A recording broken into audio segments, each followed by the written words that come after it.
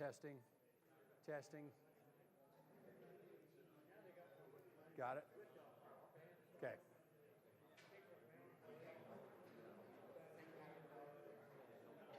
We're going to start in about 2 minutes, everyone.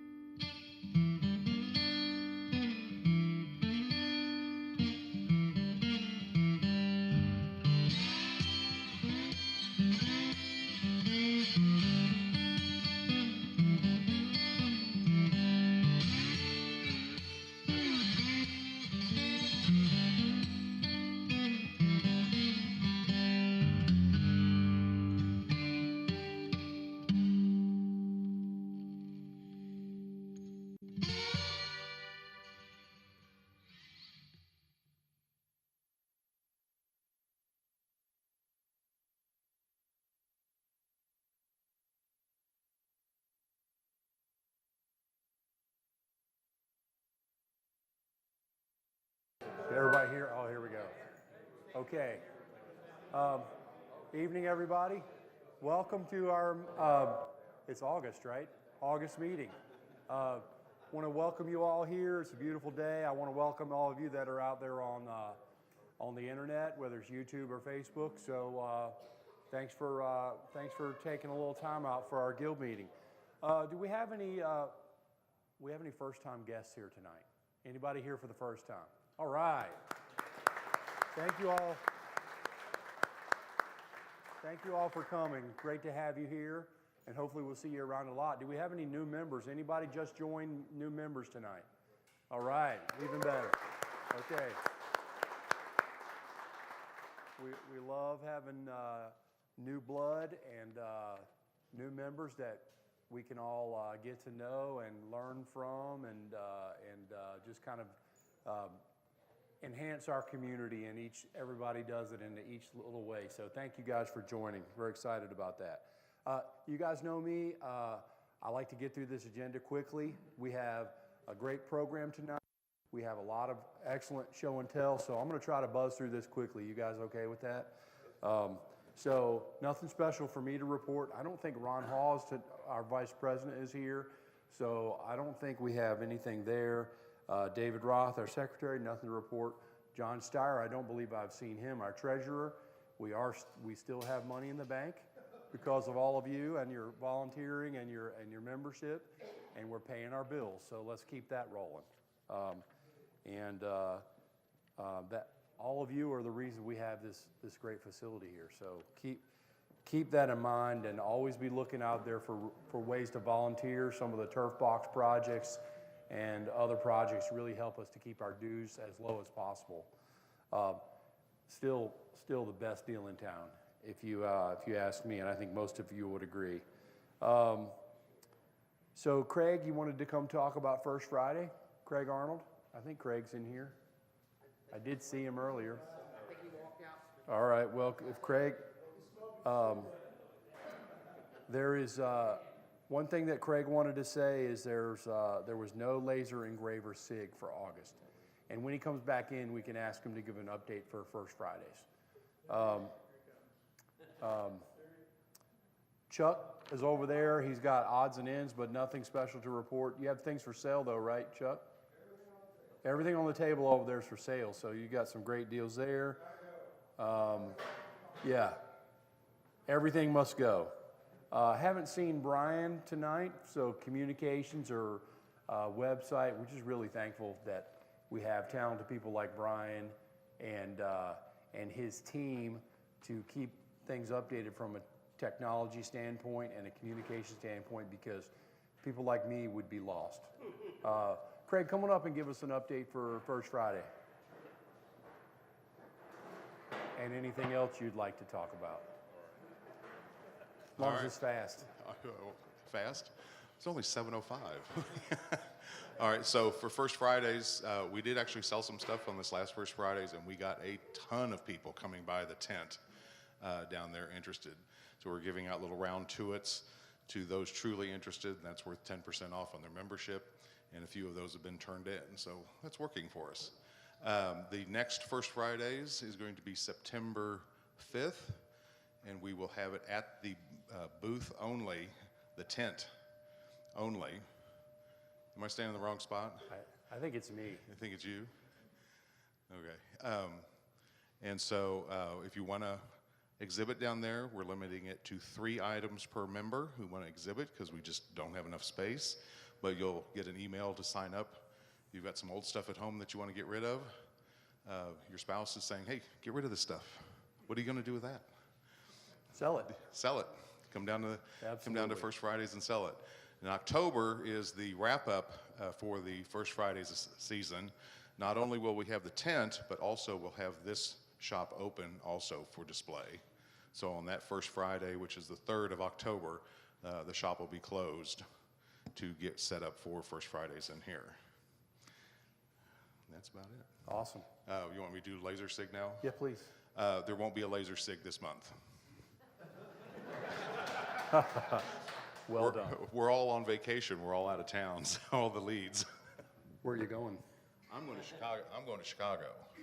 Well, have fun. I got to say this. My wife will want me to say that. Because I know she's watching at home. We're going to go see one of her favorite bands, My Chemical Romance. Oh, yeah. Is in Chicago. And one of my favorite bands is opening for them, Devo. So.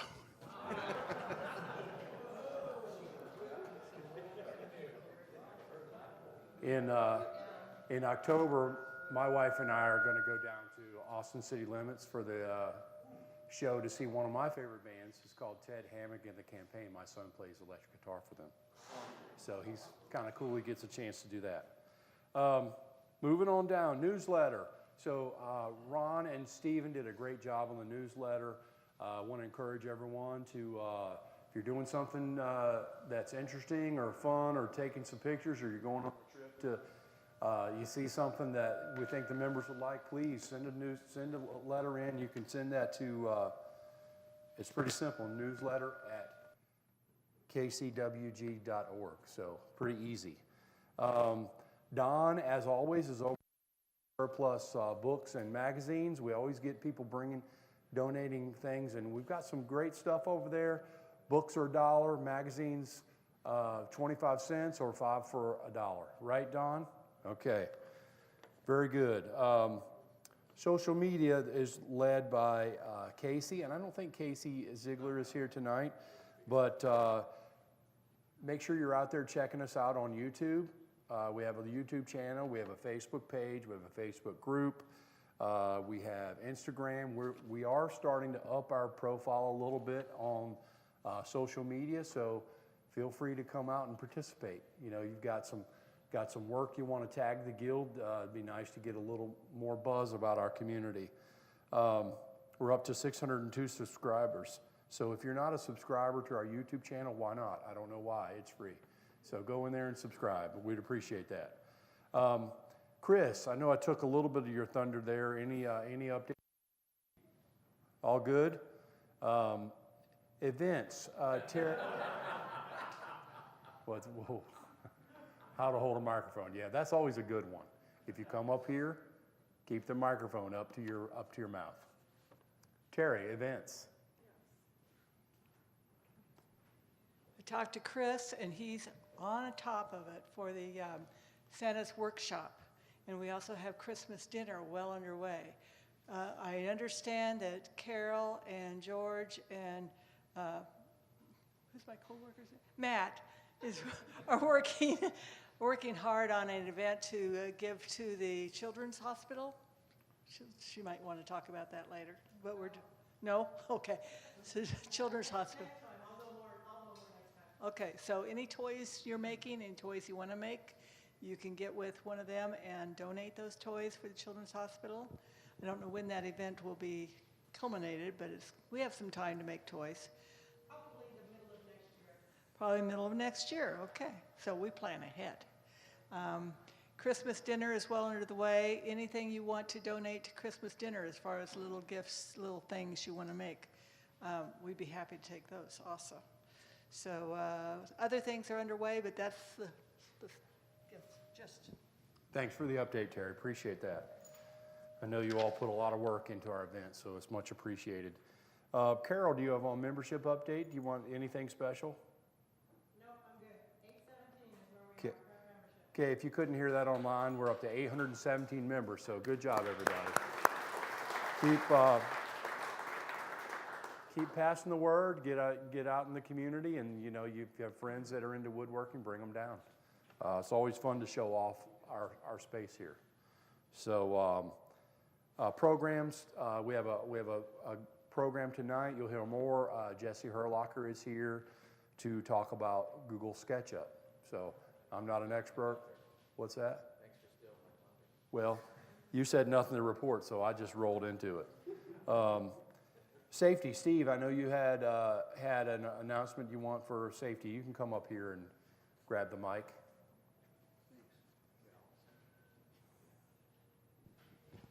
Hi, everybody. Last time I was with you, I mentioned that we were about done with our latest safety video. We did the final editing, and so we're going to preview that this evening, I believe. Yes, at the break. Chris has got it set up and ready to go. It's worth your while, I think. It's safe use of router tables. So my thanks to David DeLillo, who is a new member. He was our narrator and host. Lots of thanks to Ron Haw, Chris. We had a bunch of people who were involved in production. Bill Mantilla is our videographer and did all the final editing. He's not here, but always want to shout out to him. So thanks. All right, thank you, Steve, and the whole safety committee. Not the most fun thing, but very, very important as woodworkers, as we all know. We all like to go home with all of our fingers intact, right? Moving down the list, Rough to Ready is led by John Sloss and a whole crew of volunteers. There's lots of classes available, so check out the website. Sponsorship, Mike Blake leads our sponsorship group. You want to come up, Mike? I know you said you had a couple of updates or some words. I used the discount at Rockler this past week, so hey, very nice. Keep up the good work. Very nice. All right, a couple things about sponsorship.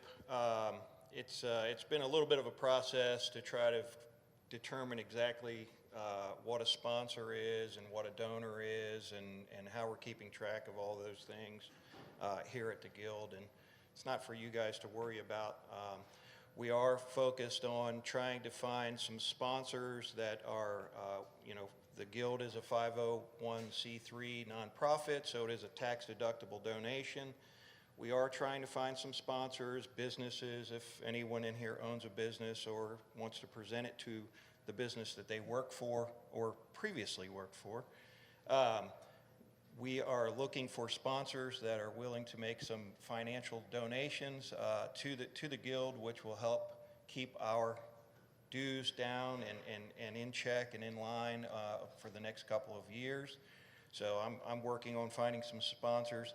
I know from a membership standpoint, a lot of you folks really enjoy and appreciate the discounts from some of the stores and other people around. That's not really a sponsorship for the guild. That's more of a perk for membership. But we are continuing to, solicit some of the local businesses to provide discounts. We're reaching out to some new lumber supply companies, sawmills, and things like that to try to get everybody at least some discount for products. Another thing that's sponsorship is responsible for is the raffle table. And I know Craig just mentioned First Fridays is coming up, and if you had anything that you wanted to sell it for First Fridays, you could get in touch with Craig. Likewise, if you're cleaning out your shop, you have an old tool, maybe a router or something that you've replaced, and you're looking for a place to move that forward, our raffle table is available for that. All the money that is generated through the raffle goes to the guild for wear components, replaceable parts, saw blades, sandpaper, blah, blah, blah, all those types of things. And so if you do have some items in your shop, maybe it's something that you built that is hanging on a wall or something that you no longer have need for, we are accepting donations for the raffle table as well, and all of those funds will go back into the guild. The third thing, and I know Cal wants me to keep it short, but I'm going to talk. Wrap it up. The third thing is, coming up in November, I participate in another nonprofit called the War Horses for Veterans. It's a nonprofit that is focused on helping veterans with disabilities and so forth. But in November, they are hosting a marketplace, and they have invited us to attend the marketplace. And if you have built something that you are interested in selling, they are only asking for a 20% donation on the sale of your goods. And we're going to have a table at the War Horses for Veteran event. So if you have something that you want to sell that you've built, hand-built here in the guild, reach out to me or any one of the foremans, and we can kind of work on that. That's not until November 15th, so we have 3 months till that comes together. Other than that, that's all I got. Thank you, Mike. Appreciate that. Yep. Okay, moving down, next on the list, Rich, training. I know you have some slides and an update for us. Just a little bit. I'll try to be shorter than Mike was. So first thing I want to mention is Toyohisa Sugita is a Japanese master woodworker. We've had his American counterpart, American partner, William Fehrenbach, come a couple times to the guild and has talked about his hand tool method of woodworking. Toyohisa Sugita himself is actually coming to America for the Woodworking America conference, but he specifically wanted to come to this guild. So he's going to be at this guild on October 4th. That's going to be for the skill builder. That's open to everybody. And then on October 5th, he's teaching a class. That class opened up last night. And as of the last time I looked, there were still weight slots available for that class. So if that sounds like something that would be interesting to you, there's still some weight slots and a possibility to possibly get in that class. Next, we have our intermediate woodworking class. And there are still some weight slots available, or no, not weight slots, there's still some regular slots available in that class. So if you've been thinking about taking intermediate woodworking, we have another session of that coming up. We offer that only once a year, and there's still some slots available in that class. Next up, we've got 2 classes that are going to be opening October 26th. Yeah, that's next week. One is Wayne Peterson's Beginning Wood Inlay. It's a very popular class. If you've never taken it, you should really take his inlay class. August 26th. What did I say? October. I'm all off months. Okay, it's opening August 26th. It's opening next week. So the class is actually on September 27th. But again, if you haven't taken that class, you should really consider it. Another class which we're offering is an introduction to the Vectric V-Carve Pro. Ed Stewart is leading that. If you've ever wanted to know how to program, how to work the program behind the CNC machines, how to do that basic, how do I start the design, this is the class for you. This is a class that will help teach you that, and Ed does a fantastic job of teaching that class. Those both are opening next week. Next, we've got the building stick chair class. That class actually is already open for enrollment, but there are still some wait slots available for that class. And then it is not too soon to start thinking about Christmas, even though it's a bazillion degrees outside. So we are going to opening September 16th for enrollment. We're going to have the Making a Christmas Star. That is Wayne Peterson and Rob Young leads that. Again, it's a phenomenal class, and it is the first class we have of a series of classes that will focus on building Christmas things. Next month, I'll talk to you about the toy class that we will be offering. And then last, got a series of skill builders. Tonight's speaker, Jesse Herlocker, is actually going to come back on September 6th and do a longer presentation for the skill builder about what he's talking about tonight using SketchUp. Then that October 4th, again, is the Sugita class. And then November 1st, we have Bob Behnke coming. He's from Titebond. So he's going to be talking about wood glue ups and the process of that. And that's always a good presentation when Titebond comes out here and does that presentation. So there you go. All right. Thank you, Rich. Good up there. Okay, the next, we just wanted to highlight our special interest group, or our SIGs. You've heard a couple of them talked about. The hand tool SIG, the next meeting is August 24th, which is this Sunday. It's always held the fourth Sunday of the month. And Wayne, is there a special topic tonight, this week? There will be a SIG, but I don't know what the topic. Okay, there will be a SIG, so it's hand tools, not a specific topic at the moment. Carving, Dan, anything special? No, I'm just saying my favorite group is the Beach Boys. So Dan says his favorite group is the Beach Boys. I'm repeating since he's not on the mic. And come out on August 26th, which is next Tuesday, if you want to carve with the guys. Carve any type of carving. They'd be happy to get together and show you the way, or get you started, or get you down to the next step. Laser engraver, there is no SIG, but typically that's the fourth Wednesday of the month at 7, and then you can get trained, but that will have to wait till September. And the CNC group has already happened in August, so the next meeting is September 15th. That's led by Ed Stewart, and that's the third Monday of the month. If you want to come to that, that's at 6:30 p.m. So 7:22, that's not too bad. That's not a record, but Rich was long-winded up here, so that's okay. All in good fun. So we're going to turn this over for show and tell. We've got some great projects. So Jim Bany, come on up for show and tell.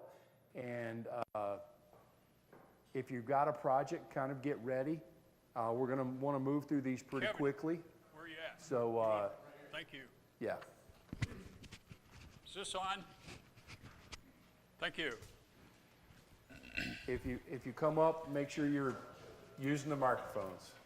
My favorite group is the Dave Rollins machine.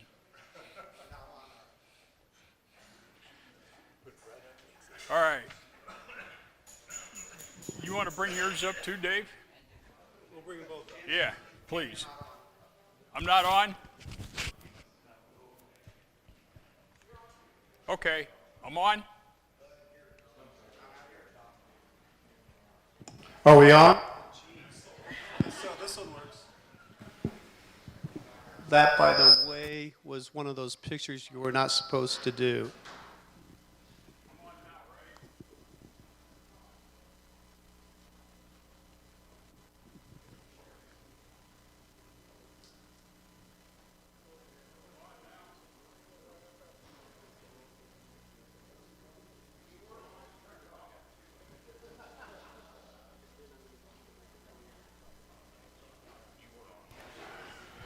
I'm on now? Give me a minute.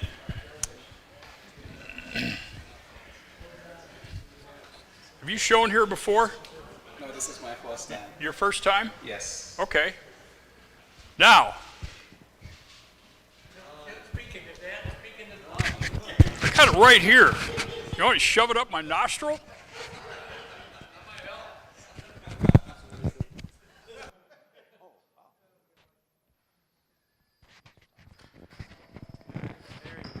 Okay, I'm on now. Right? Okay.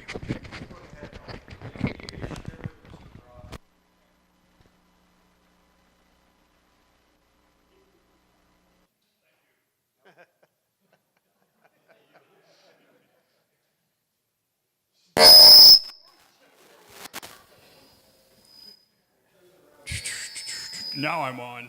Okay. Hi, what's your name? My name is Alphonse Mendy. Alphonse? Yes. Where are you from? I'm originally from Gambia, West Africa. Awesome. How long have you been here? I've been here too long. Too long? Yes. You need to go home? No, I'm happy here. Awesome. Okay. So, take this one. Okay. Okay, so you took Dave's class? No, I was taking an electrical class and happened to walk into the shop, and the rest is history. You happened to walk into his shop? Yes. So I was at the That's college. dangerous. Yeah, I was at the college taking an electrical class, and during one of the breaks, I walked over to the shop. Wyandotte Community College? Kansas City, Kansas okay. Community College. Okay. Yes. Awesome. So you're a student there, I take it? No, I'm one of the professors.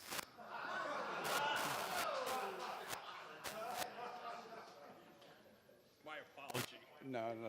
You look that young. Okay, so tell us about this project. So when I walked into the woodworking shop, I asked him if he can build a checkerboard, and he's like, well, yes, we can build a checkerboard. And I'm like, I think, he said, how many squares? 64. 64 squares. I'm like, no, the checkerboard that we play with is 100 squares. So that's how we ended up with this checkerboard. And back home, we call it draft. I think the English call it draft, so we call it draft So instead of checkers. This is different than what we play here in the States? Yes, it is different. Checker, really? Known as international checkers too, right? Yes. Okay, and are the rules different? Yes, the rules are different. So with this checkerboard or draft, you can basically move multiple steps. So for example, let's say I'm playing with someone and the pieces are like this. So, and basically, I can basically jump 3 pieces and go to the end. Okay. So let's talk about how you made this. So during the process of making this, we went into the back of the woodworking shop, and we were trying to figure out which type of wood to use. And it was softwood or hardwood, and it's like maple or walnut. So it's like, it all depended on what was available. So we went and looked at what was available and ended up with the walnut. Okay. And what kind of a finish did you put on this? Well, it's just just plain lacquer. We didn't finish it. We just plain it smooth and just lacquered it up. Okay, so is this a veneer? Knowing Dave, it's got to be. No. What happened? We started with 7/8 inch material. That's what our lumber comes into. And I would cut a strip, and we go to the joiner. We both joined the wood at the same time. I was teaching him. And then we went to the table saw, and we ripped 2-inch strips of walnut, and he ripped 2-inch strips of walnut. But they were 7/8 inch thick. Once we glued that up, then we ran it through our surfacer. So we get all the glue chip out. So this was done at your shop at Correct, after work. Okay. So anyone watching from work knows we weren't doing it during work. It was after work. We'd spend about, a half an hour, 45 minutes, maybe an hour a day after school.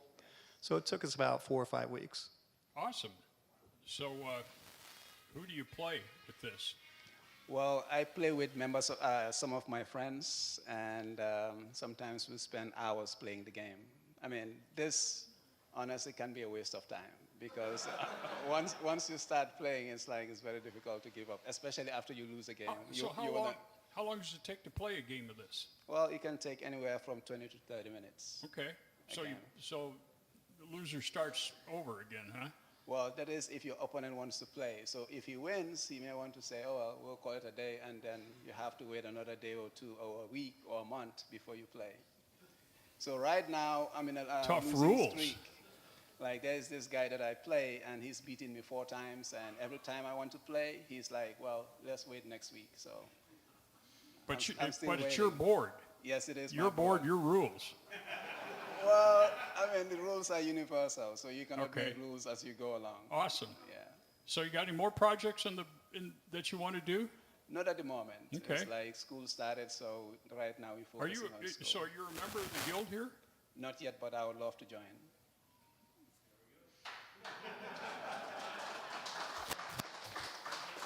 Anybody got any questions? No questions about the rules. We don't have time tonight. Jim, we have an international discount that we'd love to offer, so we'll talk later. All right, you hear that? Thank what a you. deal.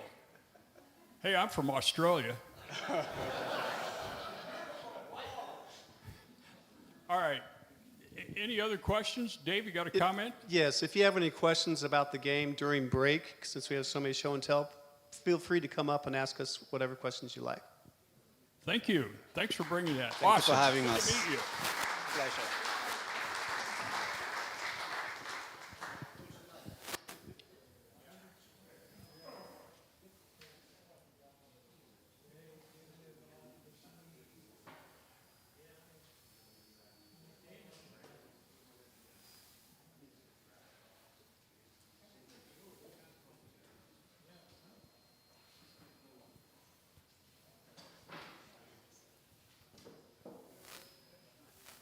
Hi. I helped you bring this in, so tell us about it. Okay, my name is Randall Kennedy. My friends call me Randy. I'm new here. I joined in February, so I've built about 4 tables now for the house, and this is a sofa table. This is old growth southern yellow pine. Came out of the West Bottoms over here, just over the hill, and if I can do it, anybody can do it. I don't know anything about woodworking. I just started a few months ago. Well, it looks like you're doing a pretty good job. Thank you. So why did you decide on a farmhouse style piece of furniture? So this is the wood I had. Okay. So So- the wood dictated the design? Kind of did. Okay. I went with a little bit of a rough look to it. I actually picked the top. This is checked pretty good, and I wanted it to look more rough, so did that. Okay. So, okay, and what kind of a finish did you put on it? So it's just a Varnithane gel stain, oil-based gel stain, and then it's I just rubbed it all out with 4/0 steel wool until I couldn't feel my fingers anymore, and that seems to have done a pretty good finish. It's kind of got a satin look to it. So the gel stain has got some finish in it? Nope, it's just it's an oil-based stain. Okay, so this is an oil finish. I guess so. Yeah. Okay. Yeah. All right. And it's for your home? This is a sofa table, so this just sits behind the sofa at the house. Something to put stuff on for decoration. That's what tables are for, is to put stuff on. She's got some stuff picked out. Okay, so got any future projects in mind? No, but the wife does. I've got Excuse me for asking. I've got another table I'm working on right now, and I'm just waiting for the weather to cool off so I can get it outside and sand it, not get sanding all over the garage. So you did this in your own shop? No, I did this here, Okay. but I glued it up at home and finished it at home. But, Okay. Questions? Yes, sir. Yes. So it was from one of the old warehouses they were demolishing, so it would be anywhere from the late 1800s to maybe the early 1900s. So it's going to be a good 125 years old or so. the wood. You can't get it anymore. I know that. So, anyway. Got any more? I do have a little bit left. I think it's all spoken for. Okay, any more questions? Thanks, Randy. Yep, thank you.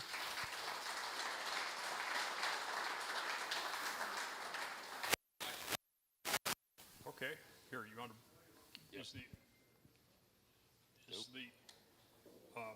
I got it. Stay. All right, I'll hold it. I got it. All right. Tell us about it. All right, so I was wanting to do an eagle, and I found the plans on the, oh, shoot, I forgot. Anyway, doesn't matter. I got the plans, Winfield, that was. And so it's made out of pine, this is Douglas fir, and then just regular 1x6 pine, and then the plans had set, make the log and everything, but I thought taking one out of my backyard was a little bit better. So basically, I took my Dremel and etched in all the wings, and then I took my wood burner and filled them in, and then I charred it with my torch. And then the head is painted, and then the gold is I tried to rub and buff just to see what it was like, and I'll stick to paint. It's easier. And since I just finished it like a couple weeks ago, I have not put a finish on it yet. So I'm still deciding what to put on there. Probably just a spray lacquer or something. Is it going to be inside or outside? I don't know. It's for sale. So wherever somebody wants to put it. Okay, so if you're going to put it outside, you got to put spar varnish on it. Okay. And inside, you can put anything. Odie's oil. Okay. I know you love Odie's oil, Yeah. so yeah. So I don't know. It'll probably be for inside, so Okay. it'll be easier. And I guess I have to reflatten the bottom a little bit. So it does work on the regular table, just not this stuff. I was up in Alaska a couple of weeks ago, and I was in downtown Ketchikan, and I saw a bald eagle. I looked up in the sky. He was flying along. He had a cat in his claws. A cat. Yeah. Yeah. Yeah, you gotta watch out for those. I don't like them. No, they don't. So. All right, questions about this project? All right, no Thanks, questions. Good. Tim. Okay. Hold on. There we go. Okay, so this is my second project. Somebody asked me to do a noodle board for them. So, rather than just do something basic, I went ahead and engraved the names in there, and then I took my Leichenberg machine and burnt the grooves in it and filled it with epoxy, and then put lacquer on it. And I would have brought it here, but she wanted it Sunday. So that's it on her stove. So. How did you burn it? Oh, so the burns in it? It's called a Leichenberg machine. Never heard of that. Never heard of it? Yeah. Oh, it's what's it's in like a an old microwave transformer. Okay. Yeah. So they have safer models out there now, but I was going to ask if you had your life insurance paid up. I do. Okay. And it's a very shocking experience if you don't use it right, just so you know. I found out twice. So, yeah, so you got to be real careful. But, nope, okay, he turned it off. But any questions? Thank you. All right, thank you.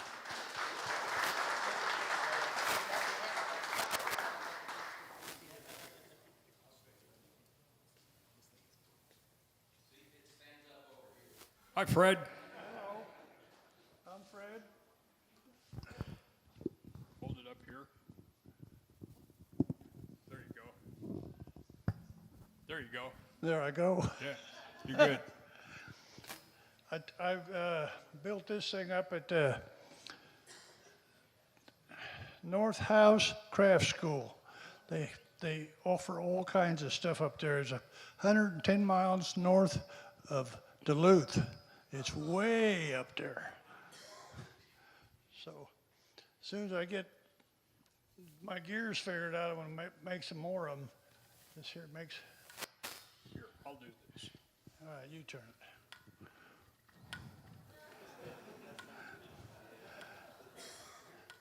Wow. Yeah, it was a 5-day class, and it took almost all 5 days. 'Cause Just there's a for lot, this? there's a lot of little pieces in I there. guess.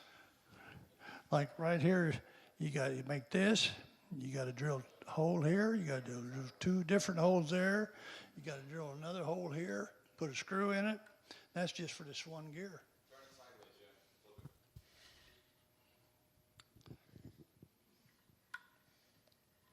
So how did you make the gears?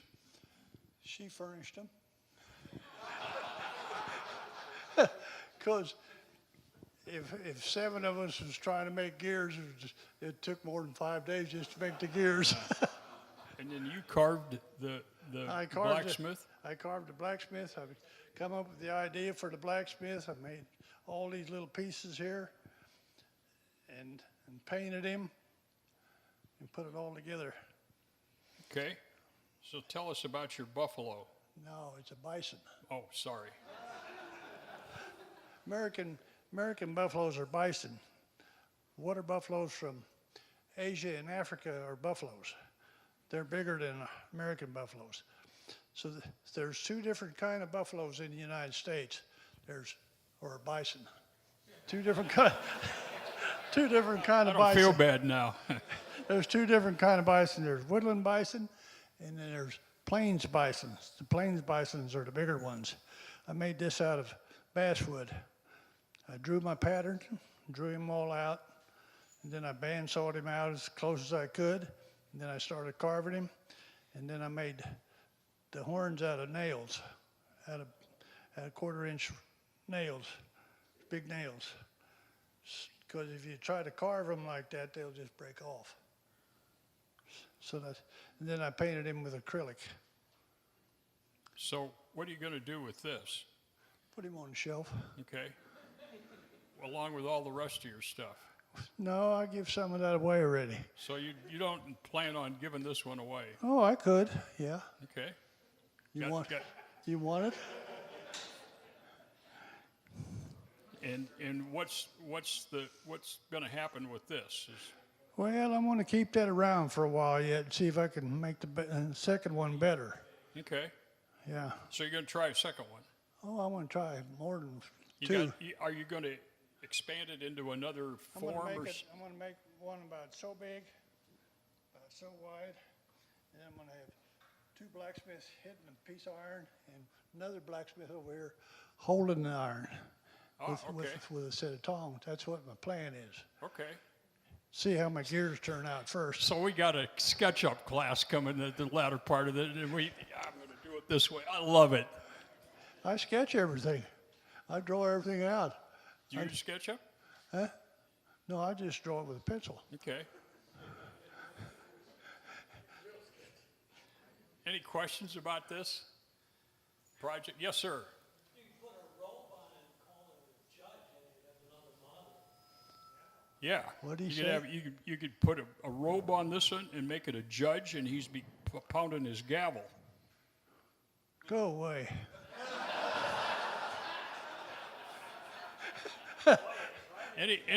Any other questions? Thanks, Fred. That's really nice. Wow.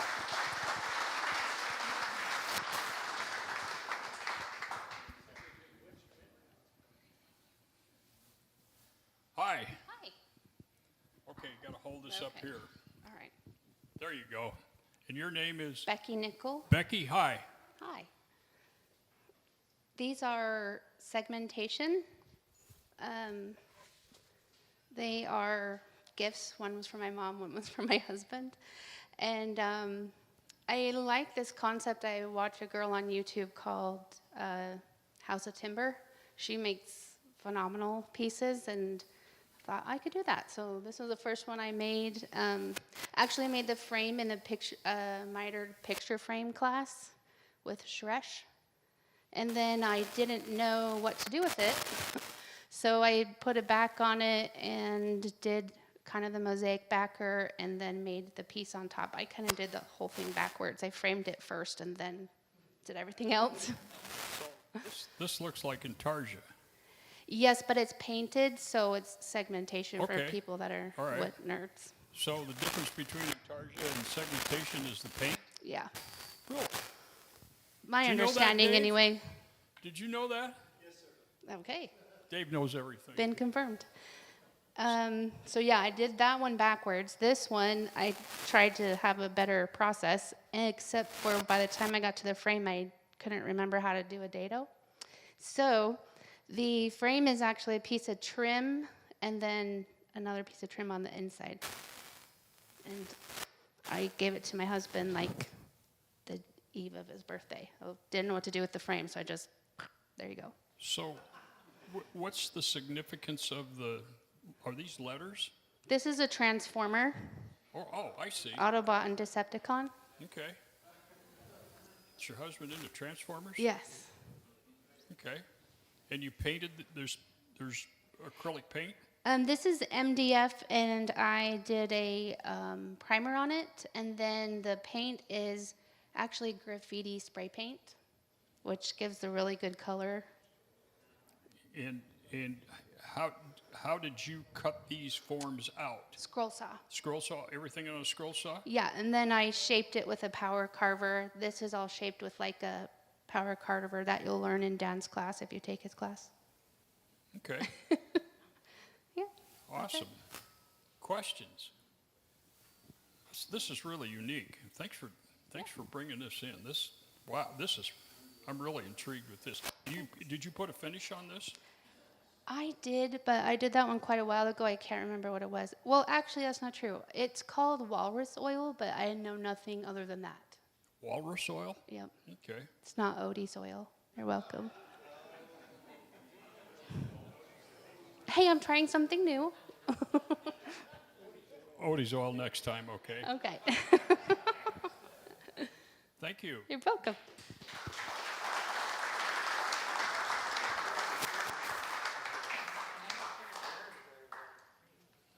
Mike said that his walrus name is Odie.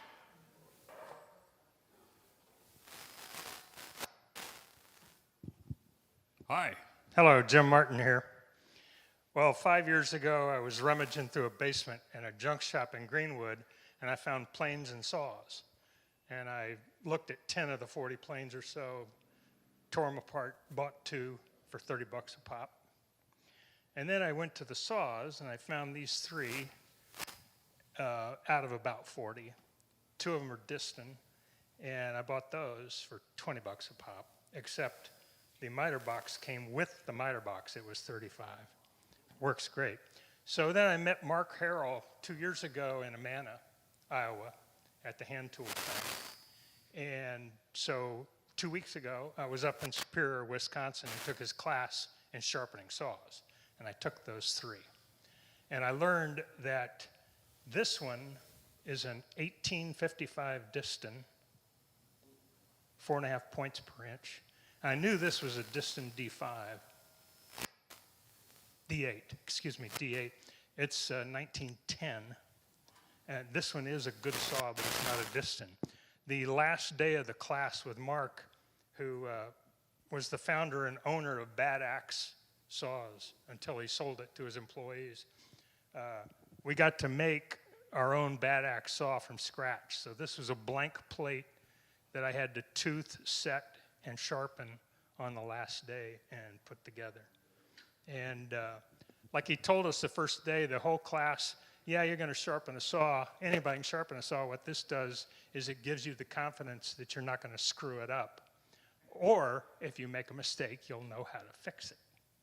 And there's another poster on the table, rolled up, $30 poster. And I've got a bunch of his cards there if you're interested. And it was really fascinating. What led you to get interested in hand saws? Because I use them. Ah. Have you heard of electricity? Yeah, I even have a whole house generator so my power tools can keep going in the blackout. So, but these are fun. Okay. Yeah. And they keep going in Yeah, that's true. Well, and if, you know, and this one, you could pick whatever bad axe saw style you wanted to put together. This one's called a joiner's saw, and joiner, no T in it. And basically, if you need to take one saw somewhere, but you're not sure what you're going to be doing, you can grab this one, it'll do anything. Pretty darn good. And so I'm happy I did that, because I had back saws and dovetail saws. Did you make the handle? No. Nope. But he did, you do have to give him your hand size, because they custom make the handle to fit your hand size. So that when you get there, all you have to do is work the plate. Sounds like a Saturday class. Well, it's 5 days. It's a 5-day class. Would you be interested in doing a class for here? Hand tool, or even hand tools? Wayne? Duh. Okay. You two get together. Okay. Your people meet his people. Okay. That'll work. All right. Any questions about this? Yes, sir. I have a question right here. In the old days, you could tell a good saw by the sound. Yeah. I don't know if that was any good or not. Yeah, that's a good rip. It looks ugly, but it's really smooth. I can't get a tune out. Could be the musician. Yeah.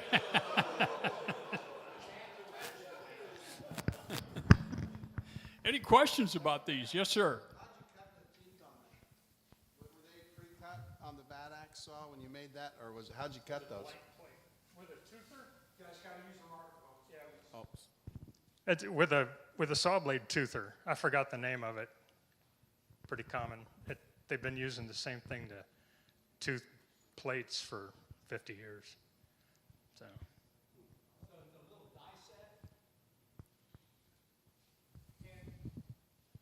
Can you repeat the question? So like a pair of pliers, only with teeth. They cut the blades individually? No, you run it through. You turn on the electricity. Yeah, it's powered. You turn on the electricity and run it through. Repeat the question. Okay. How are the teeth cut? And I forgot the name of the tool, but it's a big power thing, and you have to lock the blade into a long blade holder, and it has teeth on a rib that goes through, and that's how the thing indexes as it pulls that plate through, and it cuts those teeth. And then you have to set them all, every tooth. So you mark each tooth. You go every other tooth with the Sharpie, you mark it, then you flip the plate over, and you mark the other ones on the other side, and then one by one you go through and set them with a hammer set. Plier sets are garbage. Use a hammer set. And then you do a micrometer setting on your plate thickness to determine how much you're going to offset the teeth. So you have just enough clearance with your plate thickness, not too much. You have too much drag. And anyway, it's all on the chart, by the way. This is a class. You know, what occurred to me, I've been in the construction trades just about all my life. And before I got in the construction trades, on any construction site, there was generally one guy, and his function was to sharpen hand saws. Just, you know, any mid-sized to large construction site had one individual, and that's what his function was. So it's really a lost art. Yep. I mean, now we use throwaway blades for everything. So, yeah. Did they have power saws on your site? Well, hey, I'm old, but not that old. When I was a kid, in my neighborhood, they used those saws to build all the houses. They didn't even do circular saws, but they didn't have power. And they all cut all the board by hand. When I went up to 39th and Prospect, There's a hardware store up there. They had a Nobody online can hear you. Okay, so I'm sorry. They had a hardware store up there, and they had a shelf going around like that with saw sharpeners up there, and they were all going all the time, sharpening the saws, and they'd go click, move the next tooth. And all those guys built those houses with those saws, and they were cutting real 2x4s. Well, I remodeled my old house, and it had real 2x4s in it. They were 4 inches thick.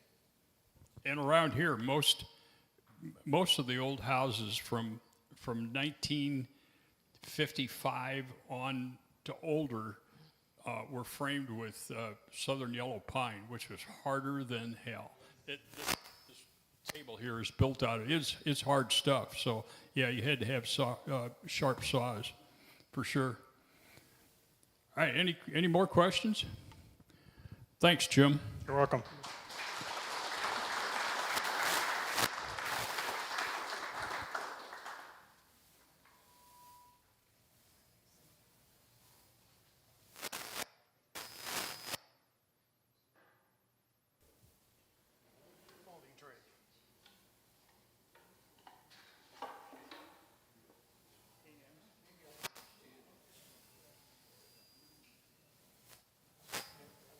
Hello, everyone.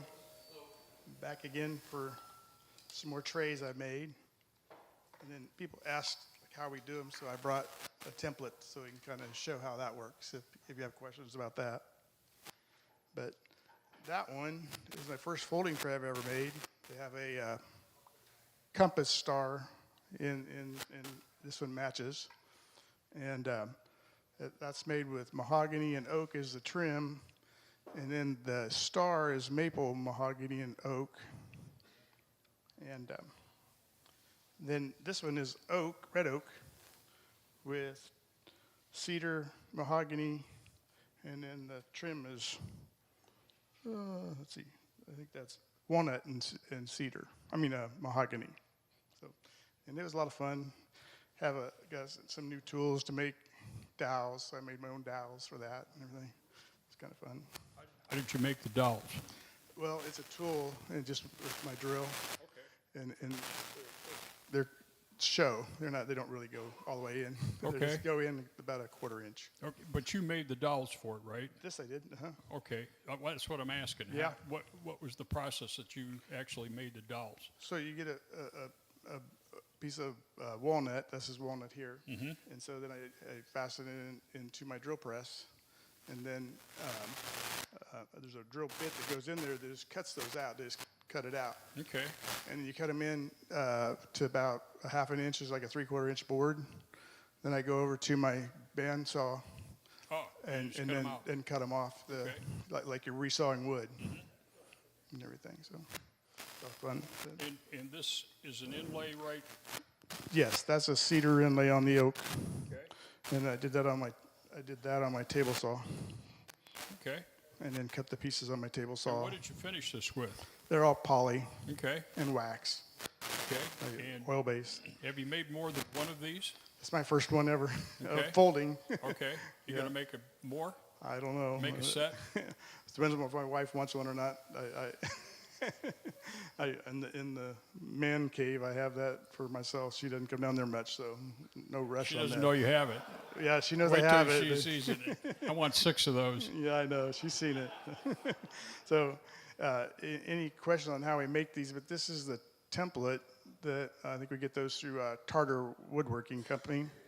And they have lots of places to purchase them online, but that's where I bought mine. And then you have to cut the individual pieces with a plunge router. And then there's a bushing that goes in there. And then once you get that done, then you have to have this where it's perfectly square on there. And then I put pieces around the outside, extra pieces of this, and double face tape them down. So I've got a work area. Then you just pick it up and do one. You have to do them one at a time. You have to glue them, wait for it to dry, do the next one. It's time consuming.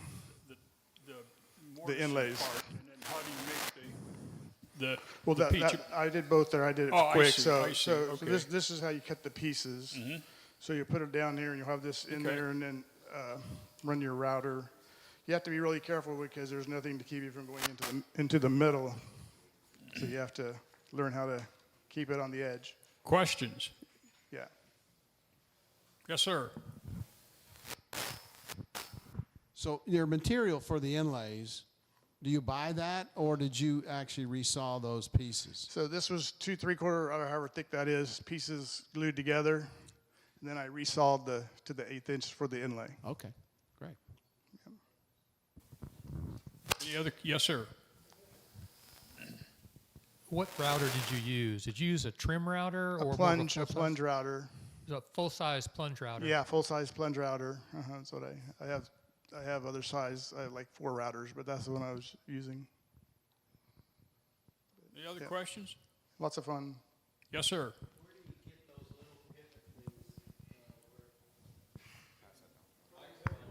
The hinges in the middle, down there on the legs. They're just bolts I found. I went through the bolt store at the hardware store till I found something that was the right length and would work. They're actually they're each a little bit different. The one on the outside, this one, is what you would put into, like, if you're gonna, like I made a tabletop, and you drill a 3/4 or 3/8 hole in it, and then you screw that in. Then you put a bolt into it, so it screws in to hold your top to your legs or something like that. So that's those bolts. These bolts here are different. Those I don't even know what they're called. I just found them. They look like they'd work, and they're the right size. So. Okay. Any other questions? Thank you. Yep.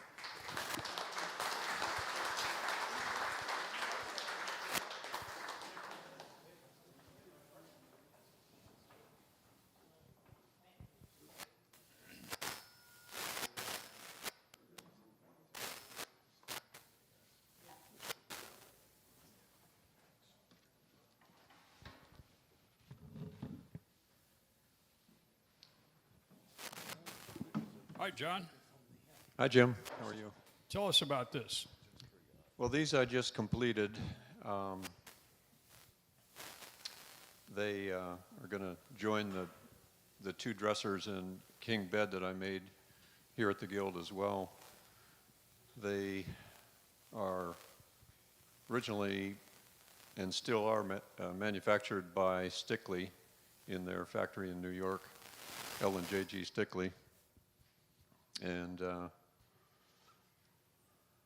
I guess in terms of details, we have quadrilinear lock mitering going on in the front side, what I call the side assemblies there. So you have lock miter joints holding that together to give you a pretty massive look without having wood that's 3 inches thick. The detail here is just inlaid walnut. The one on the right shows you what's going on the inside here, or on my right, I should say. And now I'm out of camera view. But let's see. Trying to remember what's going on there. We have the little blocks there that are drawer stops. The drawers themselves, and here's one of the drawers out of the one that I didn't put all the parts on, just so you could see what's going on inside. The drawers ride on AccuRide undermount center slides, and also some plastic tacks which comes with the slide to keep everything level and stable. And then the little blocks that I mentioned in the front are the actual drawer stops. And the wood I didn't mention is my favorite. It's quarter sawn white oak, and the drawer bodies are maple. The dovetails on the drawers were done here on our Lee D4R dovetailing jig. Did you have to watch the video before you did that? I have to retrain myself on Yeah, how I to do do it. too. Every time I use it, I got to go Every- watch the video. Every time I do it, yeah. No, it's a little futzy as far as setup, but it does the job well. I mean, it's pretty high production once you get it tuned in. Okay, so how did you cut these square holes in there to get them all consistent? I cannot tell a lie. I used the CNC machine. I wished you would have lied. As I did for the. Jim, turn it 90 degrees. What's that? Turn it 90 degrees. Oh, this guy. How about this one? Yeah.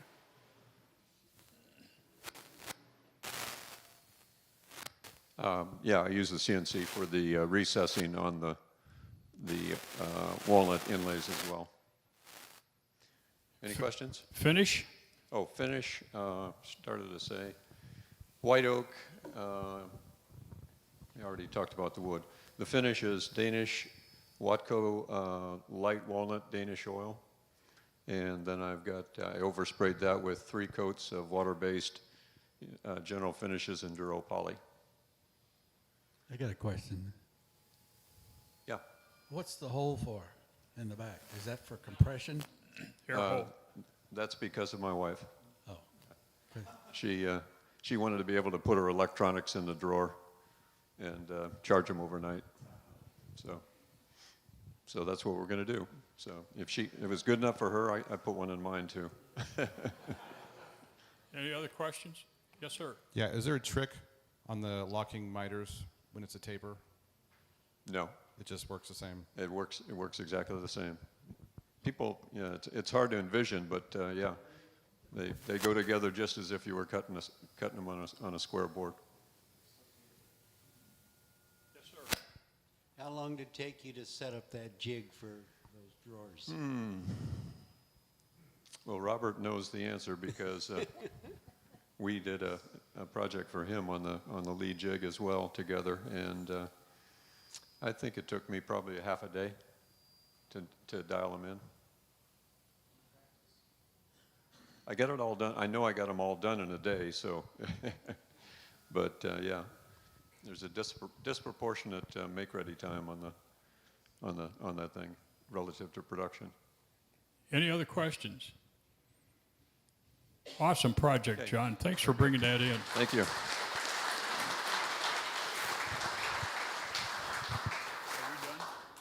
Is that it, Kevin?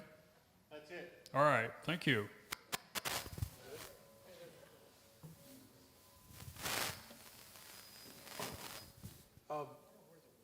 I have a quick show and tell on the picture. A couple months ago, I brought in some carvings that were going to go on into the custom curtain rods, and I sent them in a box to a gilder, and I noticed that she posted those on her website. I don't even know if she knows that I carved them, but it's cool that sometimes the carvings really come to life when they actually get a finish on them. So it was kind of cool to see the end product. So that's it. Yes. Who did the gilding? So the gilding was done by an artisan named Candace Murphy in Charleston, South Carolina. And these are going to go into a historic home that's being restored in Charleston. So that's it. Any other questions about that? Did your dad talk you into doing that? No, he probably would have talked me out of that. My wife would have definitely talked me out of it. I think that's it. Thank you for all the show and tells. Great projects, awesome. Come check them out. We're going to take about a 12-minute break. We're going to premiere the safety videos if you want for your viewing pleasure. Grab a drink, grab a snack, and let's come back in 10 or 12 minutes, and we're looking forward to Jesse's program.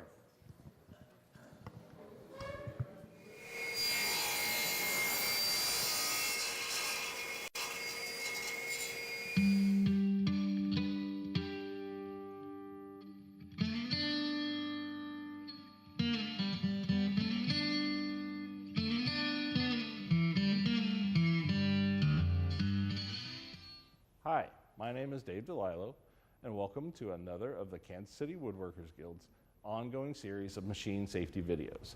Today's video will cover an introduction to the safety rules and basic operation of the Guild's router tables. Keep in mind, like all safety videos, this video focuses on the safety concerns of the machine and is not a complete training program for the use of the router table. Today we will touch on three things: familiarize you with the features of the Guild's router tables. We will show you and will demonstrate the basic setup and operation of routers using the tables, and we will cover the key safety precautions that you must observe each time you use this system. You should always remember one of the most important safety concerns is to wear OSHA-approved safety glasses with side shields at all times while in the Kansas City Woodworkers Guild shop. Your regular glasses are not approved for use when participating in any shop activity while you're at the Guild. Although hearing protection is not required when using router tables, if you feel comfortable wearing hearing protectors, by all means, do so. One caution on hearing protection: Guild safety rules stipulate that any hearing protection must not have the ability to receive any type of broadcast music or podcasts. Failure to follow this requirement introduces safety risks and may result in losing your shop privileges. Now let's familiarize you with some of the key features of the JESSM Router Lift and JESSM Master 2 Fence. The key features of the JESSM Router Table and Master Fence 2 include the following: the large, flat table surface itself. The extra surface allows for the running of small or narrow pieces that would not be safe to run on a handheld router. The table features miter slots or T-slots that run the length of the table. The T-slot is not designed for using a miter gauge. They are designed for using featherboards. They come with a unit that can be adjusted to hold the workpiece tight against the fence. When the fence is used to guide the workpiece through the router bit, we do not use a miter gauge on the router table. In the center of the table itself is the router mounting plate and lift assembly. The router is installed from below the surface of the router table and locked into place. This cam lock indicator clearly shows when the height adjustment mechanism is locked down. It can be set to the lock position by inserting the hex end of the lift handle into the slot and turning it clockwise. To unlock, turn the lift handle counterclockwise. To adjust the router bit height, insert the lift handle into the appropriate slot. The router height can be raised or lowered as needed. The router itself comes with two sizes of router bit collets. One is 1/2 inch in diameter to accommodate router bits with 1/2 inch shanks.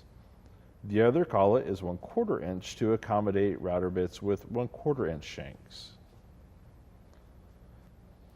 The JESSM router table provides several ring inserts that are sized for various size router bits. The primary purpose of the ring is to provide more table surface to support the workpiece as it passes through the router table. It is important to select a ring insert with an opening that is closest to the diameter of the bit you will be using. The fence itself is extruded aluminum to which two independent movable fences are attached. These two pieces are commonly known as sub-fences, and they are mounted to a machine T-nut slot that runs behind the length of the fence. Two sub-fences can be tightened down by turning the sub-fence adjustment knobs. The fence itself is movable and can be lined up by using the scale mounted in the table. The entire fence assembly is securely tightened by turning the two clamping knobs. Accessories. The JESSM Router Table and Master Fence 2 come with the following accessories: the height adjustment crank handle, which we've already shown you, a pair of collet wrenches used to turn the nut that tightens the collet around the bit, a starter pin, a threaded metal pin that can be mounted in one of several locations. The starter pin is used as a stable pivot point for routing workpieces that are irregular in shape and cannot be run on a router table using a conventional fence. We will discuss this a little later in the video. Now that we've familiarized you with the primary components of the Guild's router tables, we'll briefly discuss how to set up the router table to do the work. The first step for setting it up is to raise the router to the table surface so that the appropriate collet and bit can be installed. Using the height adjustment crank handle, unlock the lift and raise the router to the table surface. Then use the crank handle to lock the router lift position. For a router bit with a 1/2 inch shank, select the larger of the two collets, then insert the bit so that it bottoms out, and then pull the bit upward slightly so that there is a gap of approximately 1/8 of an inch between the bottom of the shaft and the bottom of the collet. Tighten the locking nut by using the 2 wrenches that are stored by the router table. 1 wrench should be placed on the router shaft and 1 on the locking nut. Apply pressure to both wrenches to tighten. Do not over-tighten. Set the router bit to the desired height by unlocking the router lift with the crank handle. Then adjust the bit to the desired height. Once you have fine-tuned the height of the bit, lock the router lift. The next step is to select and install the appropriate ring insert. Select a ring insert with an opening that is closest to the diameter of the bit you will be using. This means that the inner diameter of the ring insert should allow for the smallest gap between it and the end of the bit as it rotates. Ensure that the ring insert is firmly snapped into place. Then set the clearance of the 2 subfence halves so that the cutter opening is slightly wider than the cutter of the router bit. Secure them to the back of the fence by tightening the subfence adjustment knobs. The final step is to position the entire fence assembly in order to make your cut. Easiest way to do this is to line up and secure one end of the fence by tightening one of the clamping bolts. The fence will pivot, which will help to line up the other side. The side positioning scales may be helpful for properly positioning the fence when needing to make fine adjustments. The purpose of the side positioning scales is to make micro adjustments to the bit path, especially when using straight router bits. It is important to understand and remember that when using a router bit that comes with a top or bottom guide bearing, the fence should be lined up so that the workpiece transitions smoothly from the face of the subfence onto the guide bearing. On the outfeed side of the bit, ensure that the workpiece also transitions smoothly from the guide bearing onto the other subfence. Using a straight edge or scale will help you ensure that the fence is lined up perfectly with the outward point of the bearing. Now that we have familiarized you with some of the basic features of the Jesson router table and Master Fence 2 and have demonstrated proper setup, it is time to turn our focus exclusively to the critical safety rules and precautions that should be followed when using router tables. The first safety rule to remember is to disconnect the router from the power source by unplugging it. The direction for feeding workpiece into the bit is always right to left. Because the router is mounted onto the table in an inverted orientation, this is the opposite direction of feed compared to when using a handheld router. Feeding the workpiece from right to left ensures that the stock is moving through the cutter in a direction that is against the rotation of the cutting blade. Otherwise, the cutter can grab and pull the workpiece from your hands. Never feed the stock between the fence and the cutter or bit. Before running the workpiece through the router, examine it to make sure that there are no knots that could come loose, no cracks that may cause the piece to break apart, that the workpiece is not cupped or warped. Stock defects such as these can create safety problems. Shaping narrow or small workpieces can be hazardous. Use a push box and perhaps a featherboard to comply with the 3-inch rule. A special note about starter pins.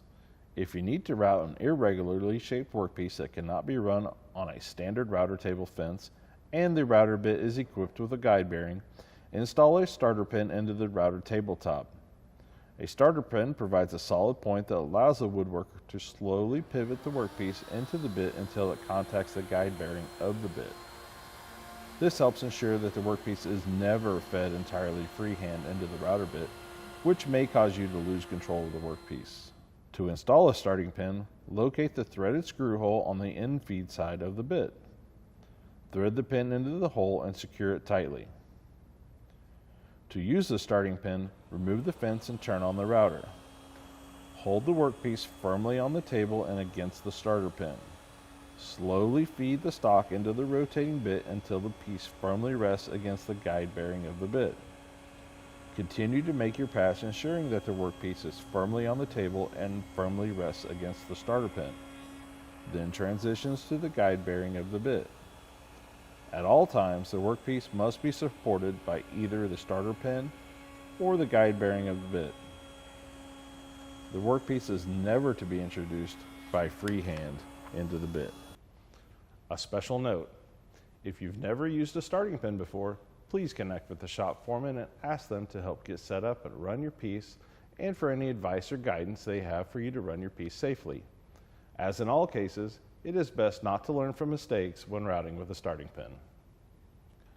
The Jessam router table is an excellent tool for performing operations such as joinery, creating decorative edges of wood, flush cutting, raveting, and several others.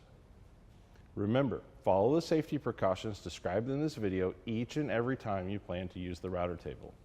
If you observe any non-functioning safety feature, damaged parts, or any issues with this tool, bring them to the immediate attention of the foreman on duty so that they can be corrected or repaired. This is Dave DeLillo for the Kansas City Woodworkers Guild. Thanks for watching.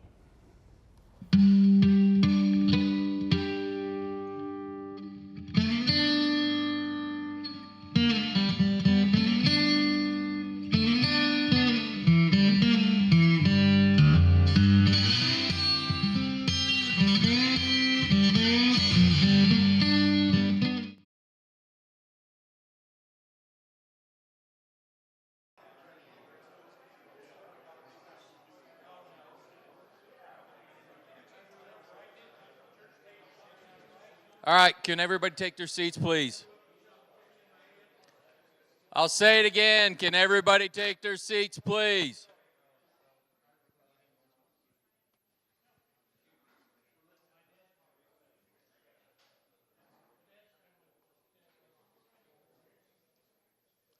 All right, don't make me go drill sergeant on y'all. All right, good evening, ladies and gentlemen here in the Guild and for everybody online. I'm Tom Vece, the Director of Programs, and this evening we have Jesse Herlocker is going to give us an introduction to SketchUp Pro. And without further ado, here he is.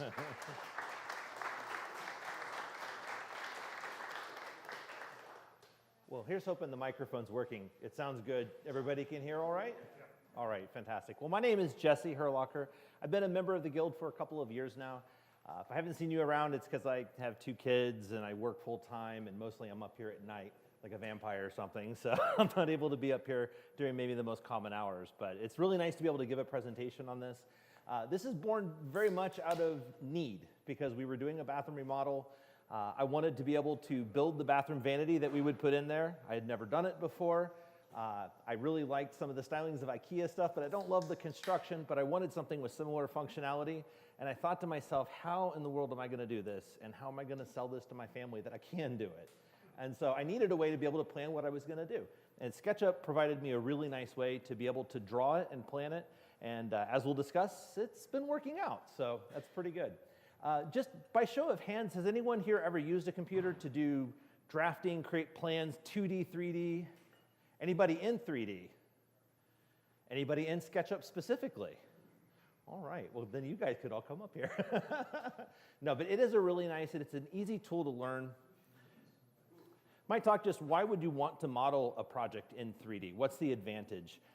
It's really nice, you know, a lot of times when we do plans, we do a front view, we do a top view, maybe a side view. But one nice thing about doing something in 3D is you get to see it from every angle, so you can tell if it's gonna look right or not. It's also easier to make changes and refinements. Now, to be honest with you, my process when I started doing my vanity, I started in 2D. I still drew it on a computer, but just in Paint. And once I finally got something I kind of liked, then I went into doing it in 3D, and I think I revised that even a couple of times. So, you know, it's really nice. You can also see where you're making mistakes. You know, I was doing a French cleat, and the way I had everything in the back didn't really make sense, and so I could make adjustments. It's a lot easier to make mistakes digitally than it is in wood, and so I found that was a really nice thing too. And I think the most important thing was being able to share my project that I was making with my customer, which in this case was my wife. I wanted her to see what it would look like in the space, wanted to make sure that she would be happy. She had given me some ideas from some websites, so I wanted to design something that would meet what we needed to do. And maybe you'll even impress your friends, I don't know. So SketchUp Pro, if you go on their website, it'll tell you it's a versatile 3D modeling software application used in various industries for design, visualization, and collaboration. That's a lot of words. But it is actually a very powerful application. SketchUp Pro is used a lot in architecture and other industries to do photorealistic drawings of how buildings are going to look. If you get SketchUp and you use it for woodworking, it's a little like buying a car and using it for the stereo. We really don't touch all the features that that program has to offer. It's a very, very powerful application. My simplified version is it's a neat way to draw things in 3 dimensions, but it doesn't really know anything about woodworking. You're just drawing shapes that represent the boards and pieces that you're going to use, and you can put them all together, but it has some really, really nice features to help you do that. How I got started, and a good way that I think you could get started, would be to download the trial version of the application. You get this from a company called Trimble. You might be familiar with SketchUp. In the past was made by Google. It used to be free of charge. There is a 30-day trial version that you can download. It's the fully featured version of the tool, so you can do everything with it for those 30 days. You just have to sign up with an email to get a Trimble account. And then I would recommend, I've got the picture up here, Steve Ramsey is a woodworking YouTuber. Anybody look at woodworking stuff on YouTube? I do it compulsively. He's been doing that for 20 or 30 years. He has an excellent tutorial, and why I like his specifically, it is 1 hour and 20 minutes, but it is everything you need to click or do. He doesn't skip a single step. So if you're not comfortable with computers, if you've never done this kind of 3D modeling before, he's never going to touch a key on his keyboard that he doesn't explain what he's doing. And if you follow his tutorial, I would honestly say if you spend 1.5 hours, maybe an evening, following along as he does this design for this cabinet that he builds, you'll be pretty comfortable using the application. It's not a huge learning curve. So of course you can search. There are shorter tutorials. Some are 30 minutes. I've seen some that are 6 minutes. His is really good though.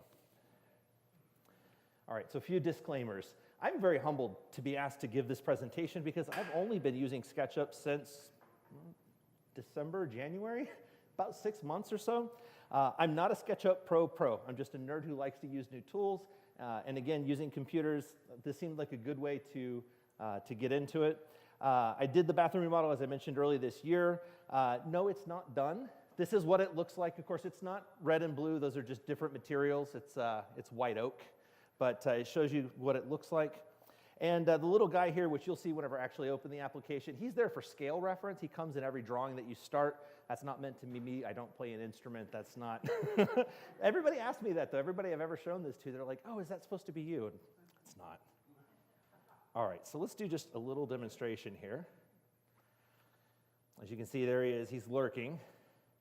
So this is what it looks like. In my bathroom, I planned on having 2 mirrors above, so I'd have 2 sinks underneath those.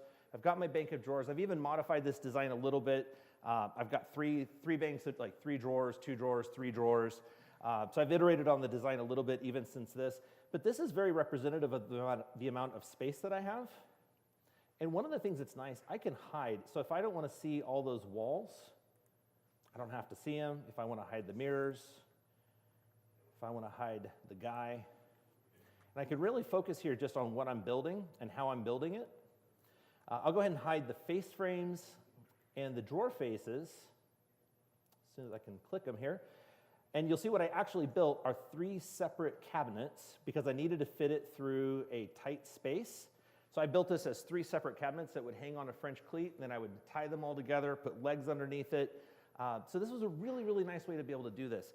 On either side, too, you'll see a vertical shelf. That's one of those Reva shelves that you get at Home Depot that you can pull out and put spices.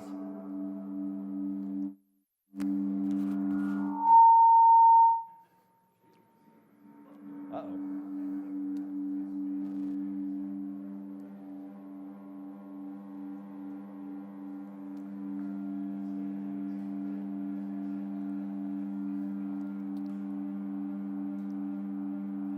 Tell you what.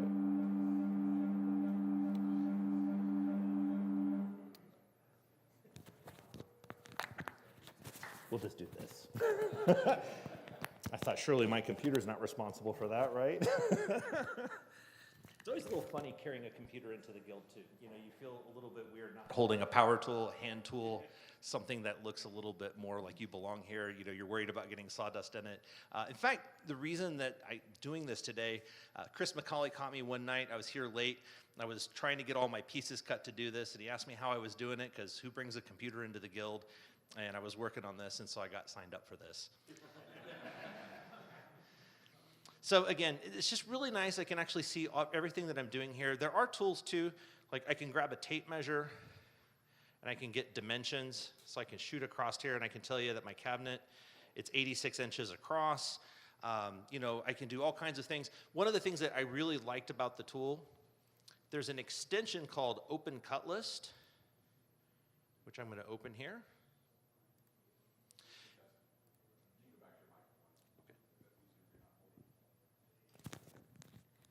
All right, we'll see. Is it working again? Excellent. In an Open Cut List, you can define the materials that you're using in your project, and it'll generate a cutting diagram. I had never done any project with sheet goods. Like I said on a slide, I'm a so-so woodworker. I'm getting used to this stuff. I'm doing things I've never done. Defining a cut list is something I've never tried before, and cutting this kind of sheet goods. One thing I will say, there are different options. You can be really optimal and not waste any material. You can do a more simplified version. There's lots of settings that you can tune to determine how they lay things out. I've heard the complaint before, this isn't how I would lay out a cut list, and that might be completely valid. But if you tinker with the options, you can get something that probably suits your needs. It even has the ability to like inset from the outside border, so if you don't want to use the edge of your plywood, you know, by an inch, it can do that kind of thing. All kinds of features in this. But I found this to be really nice, and every piece on here, if I click it, it'll show me where that piece is, that component in the drawing. So, I mean, it's almost like telling you how to assemble your piece that you're building. So I think that's really neat. I wouldn't try to represent, so like John's beautiful drawers, I wouldn't try to represent, you know, the dovetail and model in the dovetail in 3D. I would just have the two things overlap, and then I know I need to cut that piece out. I would say that when you're doing this, you're as detailed as you need to be so that you know how to build it. Like for instance, whenever I did face frames, so I've got my, sorry, I'm having a little bit of a hard time, here we go. My face frames and my drawer fronts, I don't need a cut list for those. I know how to cut 1.5 inch thick material and do a face frame. So, you know, it's not going to help you with everything, but for me to build the carcasses, this sure made things a whole lot easier. Any questions at all on this, just while we're, go ahead. Does it allow you to, like for the drawer fronts, when you do your cut list, can you make sure you match the grain on? That is a fantastic question. It does do grain matching, so each material you define whether or not it has a grain, and it will orient the pieces in the direction of your grain if you specify it. But if you're using MDF or something paint grade and grain direction doesn't matter, you can turn that off as well. That's actually an excellent question. I meant to mention that. Any other? Go ahead. How is SketchUp different from AutoCAD? Just repeat. I would say, so the question is, how is SketchUp like AutoCAD? I haven't used AutoCAD, but my understanding, it's a lot like many three-dimensional drawing programs. It's really not that different. You're drawing basic shapes, you know, rectangles into the shapes that those make up. You're grouping them into components, which are your boards. You can then group, you know, I have each one of my drawers is a component, and you can repeat those components over and over. I think it works a lot like any kind of CAD program would. I wish I could answer your question from experience. I haven't used AutoCAD a lot, but I would imagine that they're probably very similar in what you can do. All right, I just wanted to pause for a moment here. So this was my cabinet that I designed. I wanted to show just one other thing. This helped me with my bathroom remodel. So welcome to my house. This is what my bathroom looks like now. And the cabinets are almost done. But what's nice about this, I can visualize how that's gonna look. So my vanity was here. Originally, I was gonna do some shelving on the top and just do a single sink. I ended up going with 2 sinks instead. But you can see here, I've got my toilet and a shower wall and a walk-up shower, a bathtub and some tile around here. It's really nice. I just took measurements inside. I modeled this up, and so I can really see what it's gonna look like in the space. I think that's really nice. And I didn't have to make this the toilet or the tub or any of those elements. There's something called the 3D warehouse. And so you just go on SketchUp's 3D warehouse and you can drag actual sized components. If you were building a shop appliance, for instance, and you wanted to put casters on the bottom of it, there's a whole lot of different casters that you could put on your drawing just to see where they go. So there's a lot of resources. Again, this is geared toward a lot of people who do architectural stuff, so you'll find a lot of things like designing a room and things like that. But for woodworking, you know, it was helpful. I think I put some sinks and faucets in one of the drawings that I did originally. I don't have that one anymore, but please, go ahead.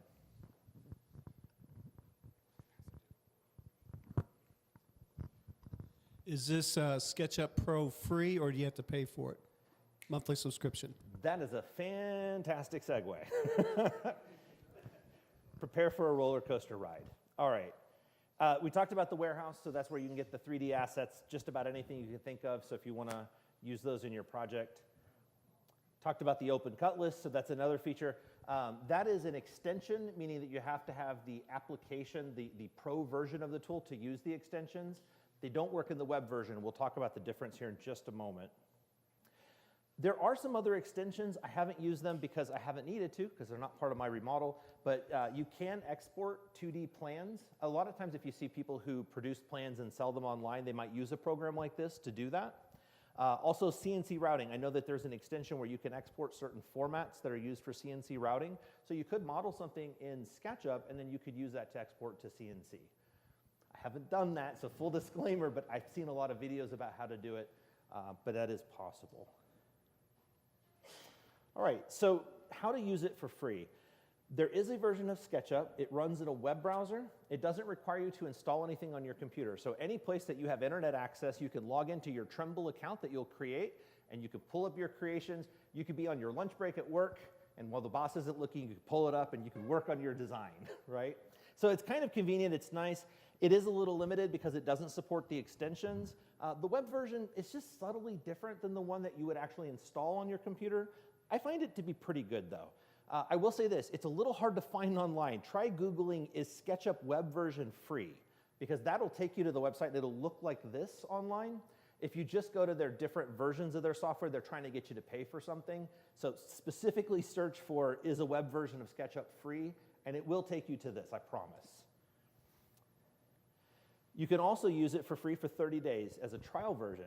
And that's the version that you actually install on your computer. And I understand that it is both Windows and Macintosh compatible, so it'll work on either. The trial is good for 30 days. When you start your trial, all you have to supply is an email. If you're nefarious and wanted to get a different email every 30 days, I don't think they check. But you know, most projects, honestly, you can learn SketchUp really quickly, and in 30 days, you could probably be done with your design. So I think a trial version might be a good way if you just want to do a one-off project or give it a shot. It's a pretty good thing. There's also a version of SketchUp called SketchUp Make. So this is back in the good days when Google owned SketchUp and SketchUp was free. And so that lasted until 2017, and then they sold it to the company Trimble. It is still around, but it is harder and harder to find it. It used to be downloadable on Trimble's website. Now you have to go to some dark forum on the internet, and you have to worry about dodgy installers. So I'm going to put the little viruses next to it. Do this if you're confident in what you're doing. I didn't do it. But the 2017 version is a quote-unquote pro version. It does connect to the 3D warehouse. It does work with extensions like Open Cut List. Maybe there's something there, but maybe if you know a friend who has it, that would be better. Paying for it. Man, I hated putting this slide together. I got SketchUp Pro earlier in the year, and I might have gotten it on sale, but I think for an annual subscription, because I'm doing a remodel, I didn't worry that much about price. I think it was around $200. Man, it is more than that now. Everything has gotten more expensive. So they have plans that are just monthly, and it's $99 a month for the Pro version, which is really hard to swallow. That's why I'm saying that 30-day trial version is a really, really good deal. If you pay for it annually, it is less per month, but then you're having to pay for it for 12 months, and personally, I wouldn't want to do that. The $19 one here, the only advantage over the web version, which is free, is that you can also do the designs on your iPad. So, I mean, if that's important to you, I don't know that that's $20 of important to me personally, but if you wanted to turn that on for a couple of months, I guess you could. I just think this is kind of bad news. SketchUp is such a great application. I wish there was a little bit of a dumbed-down version that's more targeted toward woodworkers. I did have some discussions, though, just before this, and we are looking to see if we can get kind of an educator rate here at the Guild, kind of like a rate for a nonprofit. I didn't put this in the slides, I wish I had, but there is a student edition, so if you have a child with an educational email address, you can get it for $50 a year. And that puts it more on par with like Lightburn or one of the applications that we might use here at the Guild to do our stuff. So I threw in some alternatives just because I felt bad about that last slide. Sketchlist 3D is one. Fusion 360, I think AutoCAD would be another. There are lots of different ways to draw 3D things. Some of them have costs, some of them are free. Quality might vary a bit. The one nice thing I'll say about SketchUp Pro, though, there's a big community of people who use it for woodworking plans, and you can find lots and lots of tutorials. It just seems to be a very easy way to get into doing this kind of thing. So again, I think that the web version is great, maybe the 2017 version, or if through the guild we can get some information on getting a less expensive subscription that's more geared toward us, I think that would be the best thing. One last note, good old pencil and paper. I know that there's probably a lot of you who do plans on pencil and paper. John, I remember one time I came in and you were working on something, and I marveled not just at the quality of your work, but the quality of your plans. I've seen some people do amazing stuff with pencil and paper, and it works perfectly for them. I think that's great. I would actually say that this is worth giving a shot, but whatever you do, whether you choose to do it with a computer, whether you choose to do it with pencil and paper, just design something. I mean, that's the fun part of it. And if you like doing pencil and paper, maybe do some of it on computer when it makes sense. You know, never hurts to try something new. So that is all I have, and I know that's all that's standing between you and home right now. You've all finished your cookies, so does anybody have any questions? Please. The extensions are only available for the paid version, or will they work on the They're free available version? for the pro version, but that works for the trial version, which is free for 30 days. It does work for the 2017 dodgy version. When I say dodgy, there's nothing illegal about getting the 2017 version. It is freeware. It's just hard to find it now. So do be careful if you download an image to install it, that you get it from someplace that you trust. But yeah, extensions work with that version, the trial version, or the paid version. I'm a complete computer nerd, or you know, I don't know a thing about it except to turn it on.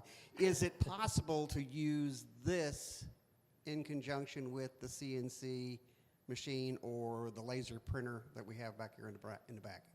So the question, can this be used with our CNC or laser? I'm not sure about the laser. With the CNC, it exports to a format that is commonly used for most CNCs.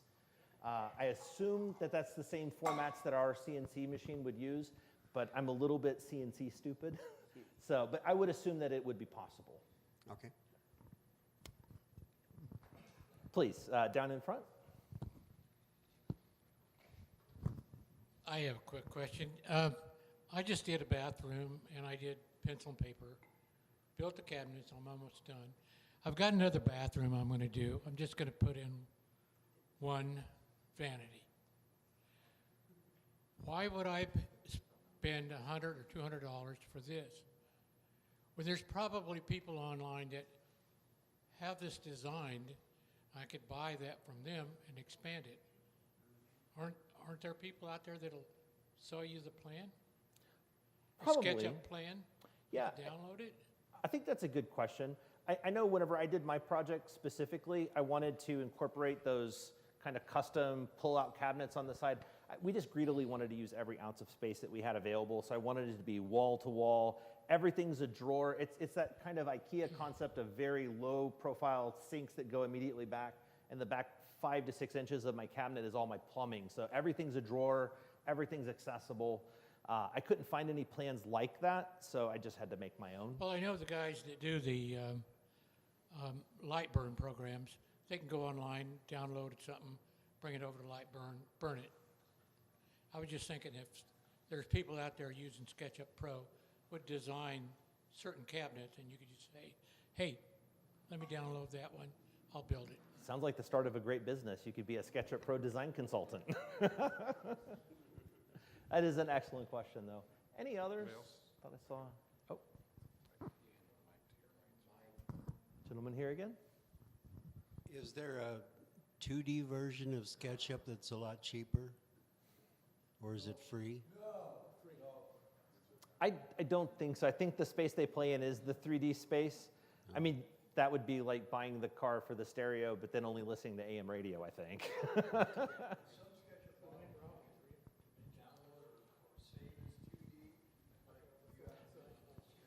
Yeah, you can export 2D pictures for like plans and things. What I've even seen people do for cut up lists is they'll duplicate the thing that they're creating and then just lay all the pieces flat and like lay them out in the 4x8 sheet. And so they'll just do their own cut list the way that they want it. So I've even seen that. Anybody else? Well, thank you all for your attention. I didn't want to demonstrate how to use the tool because I figured in 15 to 20 minutes we wouldn't have time to do anything meaningful. We will have in September a skill builder. We'll actually make something. So we'll make a cabinet or we'll do like a bench, like a fixture. we'll do something more interesting. So if you want to, also feel free to bring your laptop, go to Trimble.com, get your trial started, and if you want to follow along or play with it, we can do that as well. So definitely invite you to, I don't want to be the only one with a laptop the next time I come. Thank you again very much.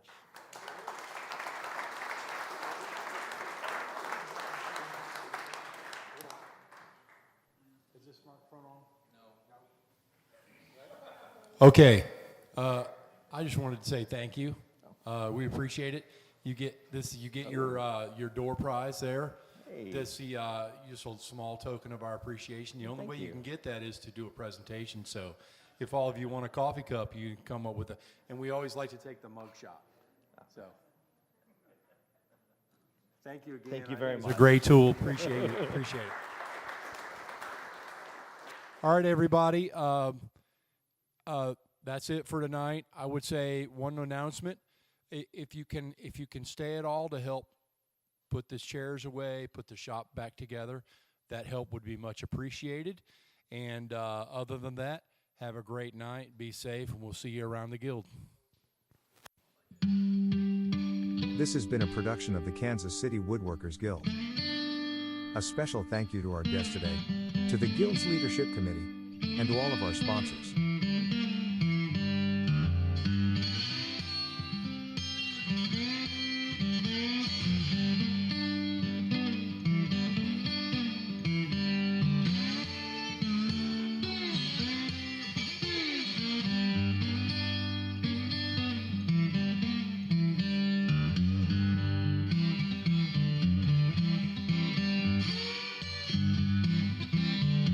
If you like this video, please be sure to like, comment, and subscribe.